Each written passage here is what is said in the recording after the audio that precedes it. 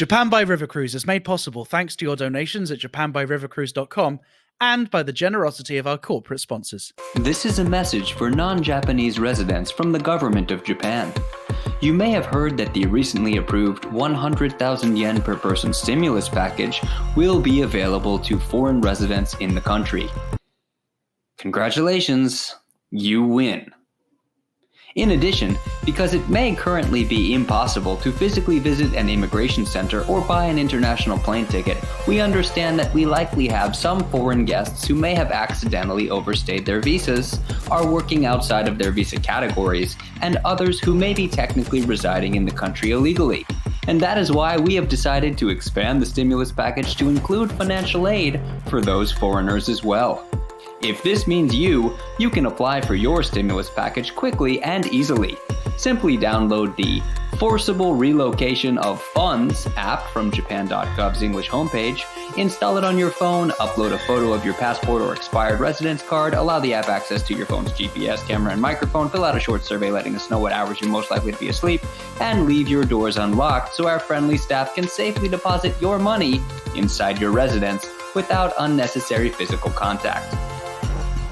And if you believe anything we've said in this message so far, we'd also like to recommend you download a special sweepstakes app where you can enter to win a free tote bag from NHK simply by entering your current residential address and uploading photographic proof of yourself in front of a television that you own.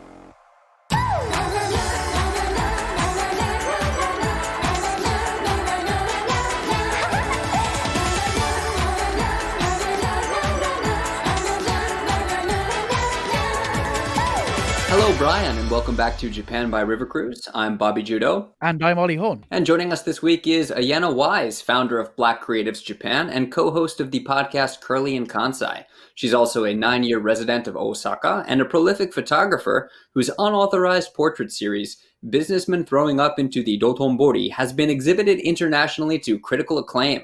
Ayana, thanks for joining us. Thanks for having me. On this week's show, people all over the world are desperate for an end to the lockdown for just the stupidest reasons. We'll take a look at some examples right here in Japan, including I need to play Pachinko and I hate my wife, plus analyze the heavy overlap between the two. Plus, the world-renowned Japanese civility starts to break down under the pressure of COVID-19 as Prime Minister Abe takes a figurative swipe at a mask retailer and a Fukuoka man takes a literal swipe at a store clerk who touched his change. All that plus your weekly River Cruise recommendation. Ollie? Yes, this week's recommendation is a Tokyo cruise that is capitalizing on the fact that podcasting equipment has been completely globally sold out on Amazon this week and has set up a Welcome to the World of Podcasting River Cruise, where you'll be taught the basics such as techniques for tricking someone into doing it with you and useful storage methods to prevent the equipment from getting dusty when you quit after episode 3. Plus, for those that have yet to launch their first podcast, why not try the Producer Deck experience, where River Cruise staff will help you record and edit your first episode, put the MP3 file onto a complimentary River Cruise branded memory stick, and do you a favor by throwing it directly overboard. Ollie actually teaches that class on techniques for tricking someone into doing a podcast with you. And we all know that the state of emergency is financially harming river cruise operators, but what about the related industries that thrive on their market position as river cruise suppliers? Later in the show, we'll talk to a spokesperson for Japan's leading manufacturer of really long sticks. But first, soap talk.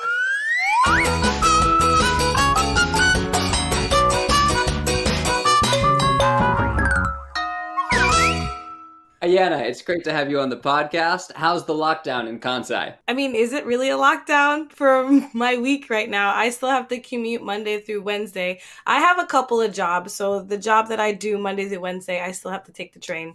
Like, there's not a lot of people on it. People are still trying to follow social distancing, I guess, on my line and even in my supermarket, and like people like not lining up close to each other. But for the most part, it seems to be okay from what I'm seeing. How do you feel about still having to do your job? Have you not told your boss that this is reckless? I mean, unless you're like a nurse or something, in which case I apologize. I'm not a nurse. I just take pictures of used bags, or they say pre-loved luxurious items. You're commuting to take pictures of used bags? And that's an essential service? Yes, my company, they sell second or pre-loved luxury items via Facebook Live. And I'm the photographer for the company that takes pictures of these items. Sometimes I take pictures of the sellers, the live sellers, with the items. But for the most part, I just take pictures of the items itself. So one of your credits is that you are the founder of Black Creatives Japan, and I follow you on Twitter and on a couple different social media accounts. I notice you do a lot of nightlife organizing. Mm-hmm. How has the absence of the event scene affected your daily life? Well, so it's really funny because in the beginning of the year, I was trying to like slow down on the events. Like the month before 2020 came, me and my team, we said, hey, this is what we're going to do for the year. So we had already scheduled events for the year, but I realized that we were like jam packed. So I was like, all right, let's cancel this event and let's reschedule this event. And then we'll get back around March. But because coronavirus, very nice timing. Everything just basically canceled. So instead of just postponing, we just canceled everything. And we have a talent show that's supposed to be in June. And I have to tell people that we're canceling because by the time, like, let's say, the state of emergency is done, by the time we have to, plan everything, we can't plan it in time for the June event. So we're going to have to reschedule again. Ollie, how's your week been? I've been dipping my toe into online stand-up shows, and let me tell you, they are worse than they sound. I think from my perspective and the audience perspective, it is just you standing in a room. I feel like a YouTuber. Now I'm starting to understand, Bobby, quite why you're so angry all the time. Because staring down a camera lens and just hoping that your creative endeavors are loved by people that you can't yet see is so soul-destroying. It's so sad. Well, I watched your online gig last Tuesday, and it was very, very good. Like, I enjoyed it, but I think it's a very different thing from YouTube, because YouTube, you're creating something that it's like a one-way street. There is response to it, but you're putting it out there and not expecting that same immediate response that you get from stand-up. And stand-ups thrive on the reaction from the room.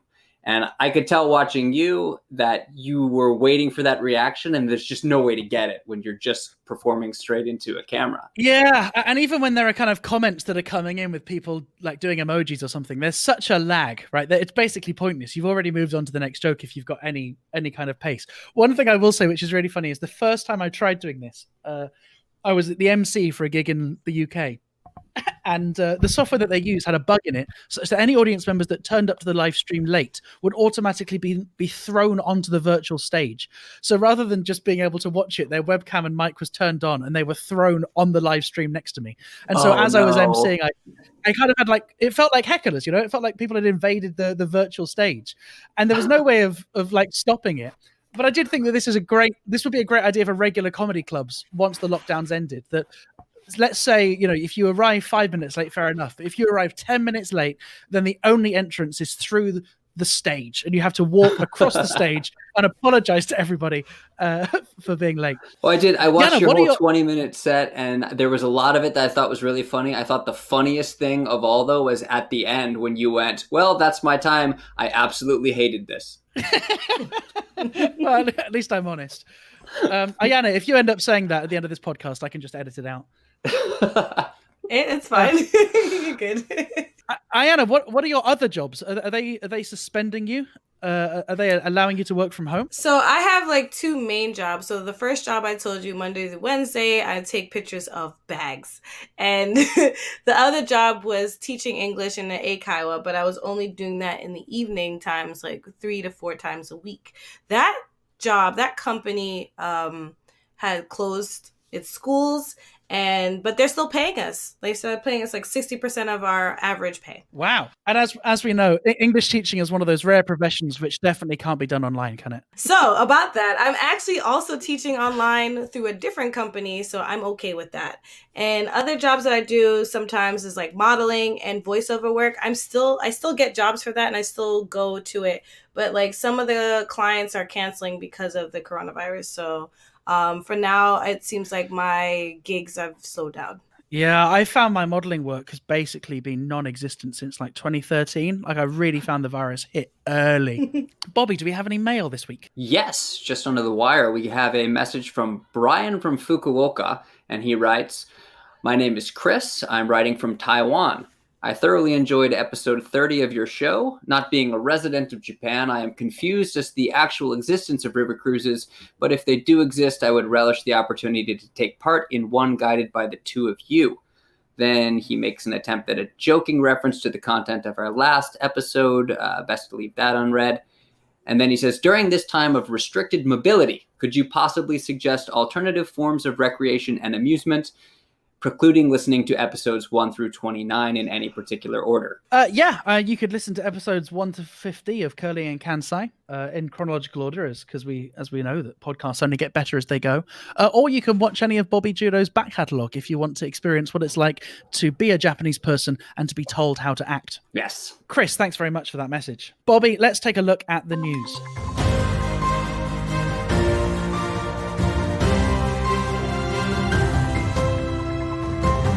In this week's news, as lockdowns stretch on and on in countries all over the world, governments are starting to have to deal with citizens who just can't keep their self-isolation up because they can't live without something really dumb. This is not just Japan. This is going on all over the world. Ayana, have you been following any of the news about the protests in America to reopen the economy? I see some of the tweets. I get most of my news from Twitter. So I would see pictures of racist white people showing signs that they want things open and using rhetoric from like black protests back in the day. And I'm like, y'all are dumb.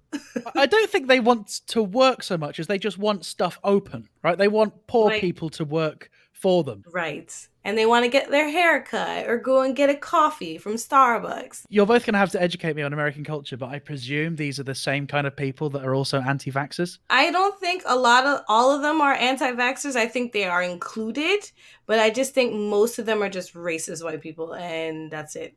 They're the pro-Trump crowd. They're the people that he is inciting by saying, we're doing more damage to the country than good by continuing this lockdown. And they're picking up on his dog whistles. They're taken to the streets. And they really are like, they don't care about themselves, about anybody but themselves. And they'll phrase it that way. They'll say, it's not my responsibility to take care of other people. If I'm healthy and I'm not going to be affected by this. And a portion of them do believe that it's a lie, that it's a conspiracy.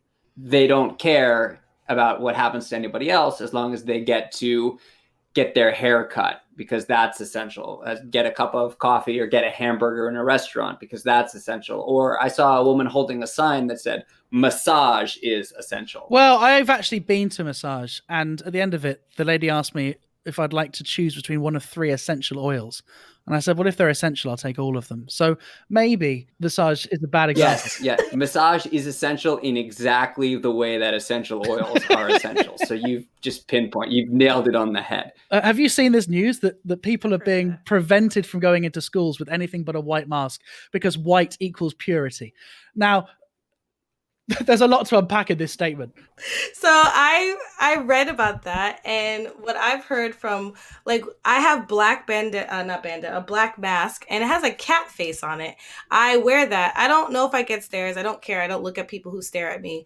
But I've heard that from people who work in those schools that they can't wear black because Koreans wear black masks, and it's not clean. It's like seen as something threatening.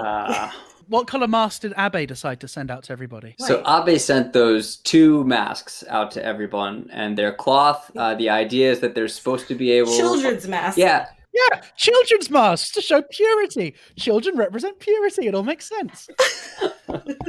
One of the news stories is that adults wear them and they don't fit. So he sent 2 to each household. I guess if it's a household that has no children, then you just are supposed to wear both of them at the same time. One for your nose, one for your mouth. Didn't Abe get a bit sassy with an Asahi Shimbun reporter? Yeah, he actually did.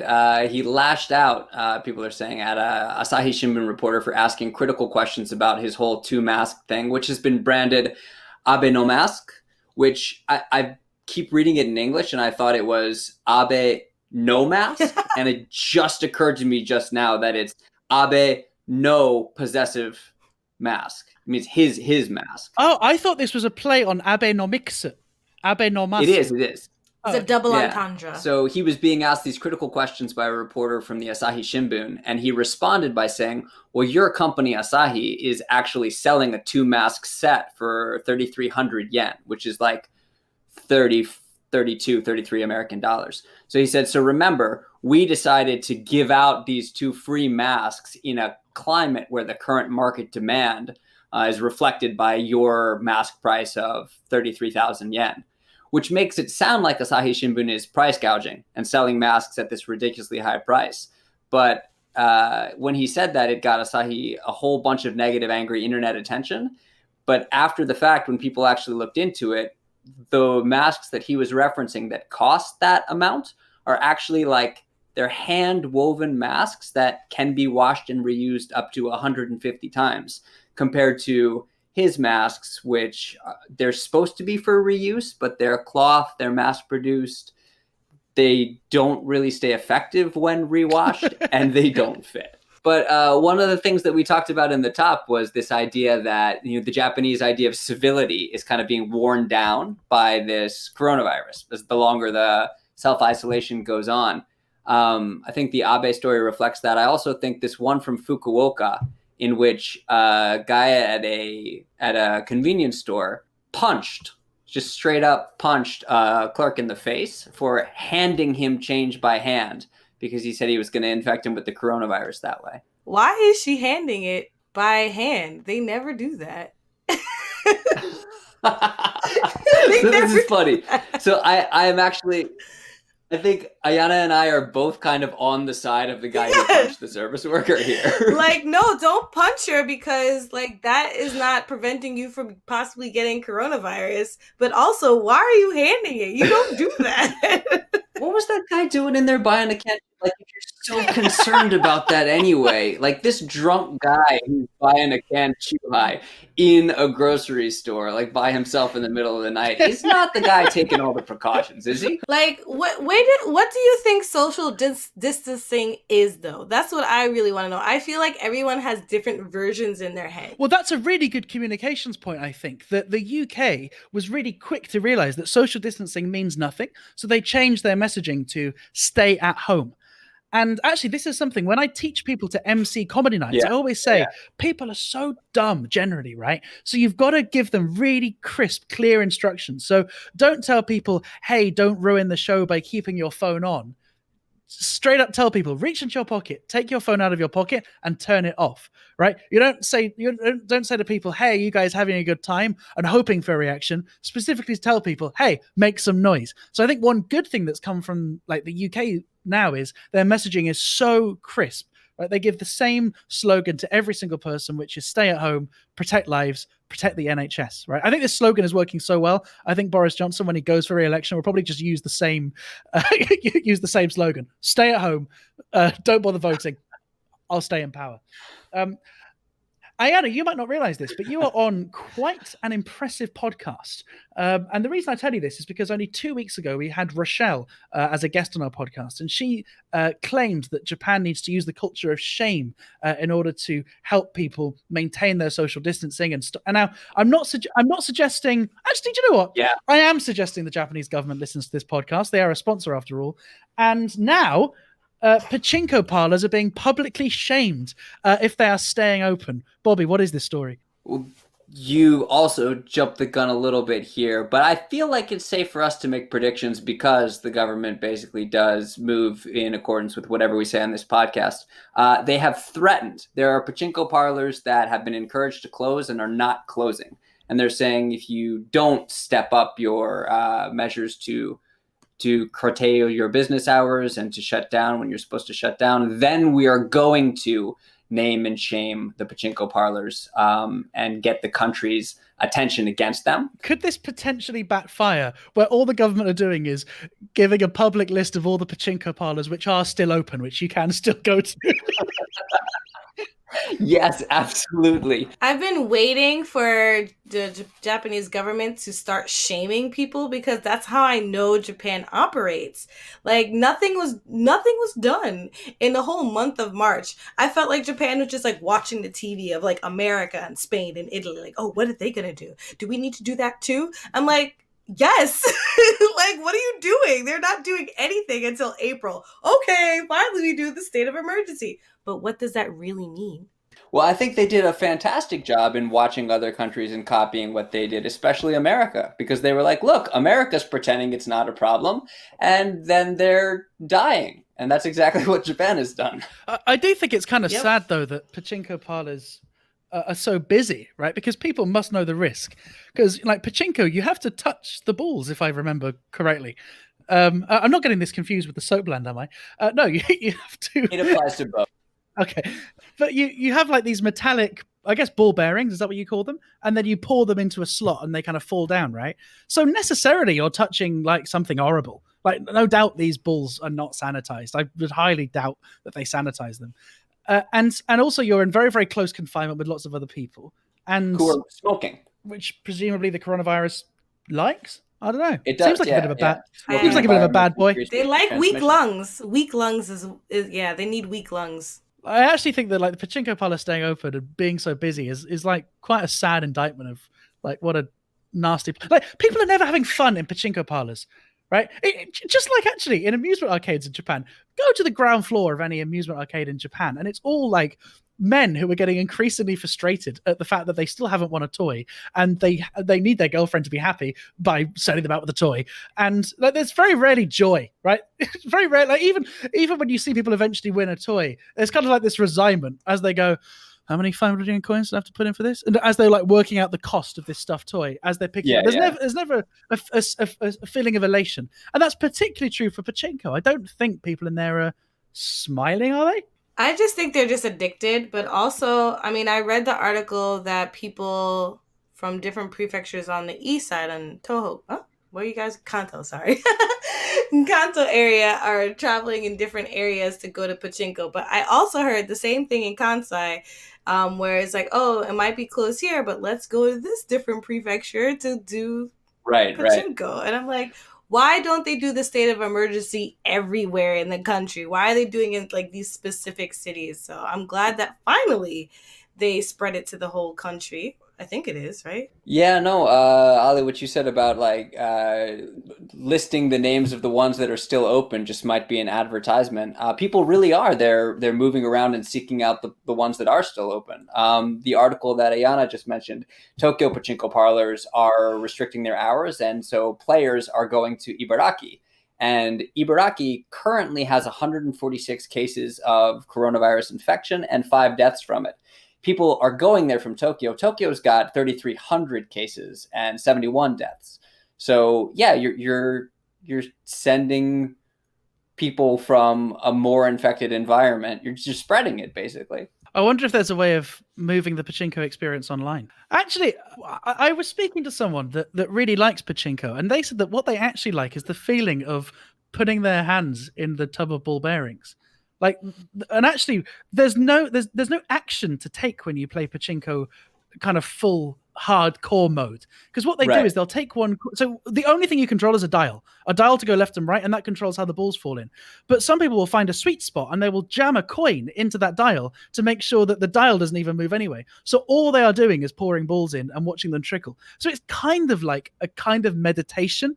I think that might be the closest approximation of what's actually going on. That yes, it is a kind of gambling, but it's just this idea of just doing nothing, you know?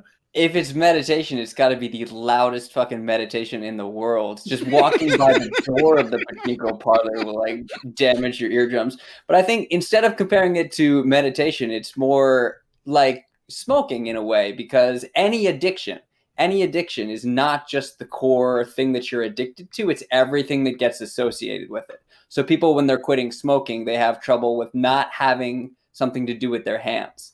And I think that gambling addiction also gets associated with that sensation of the ball bearings as you're touching them. There are all of these associated motions, these sensations that get tied up into that addiction.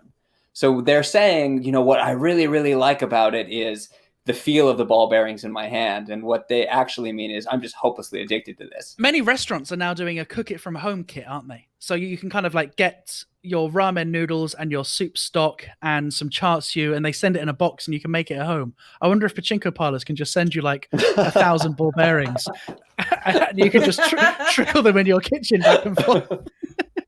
Or you can rent a machine, or like they have a mini machine. Oh, that'd be nice. Yeah, and with like a 500-watt loudspeaker and a smoke machine. Yes. But people do get really excited about, whenever they change out those machines. So if you're going to be doing this Pachinko at home business, you should let users exchange their machines every couple of days. Maybe even switch out the Tokyo machines with the Ibaraki machines. Yeah, exactly. Perfect. And we can give them one complimentary mask to make sure there will be absolutely no spread of infection. They have to share it between them, though.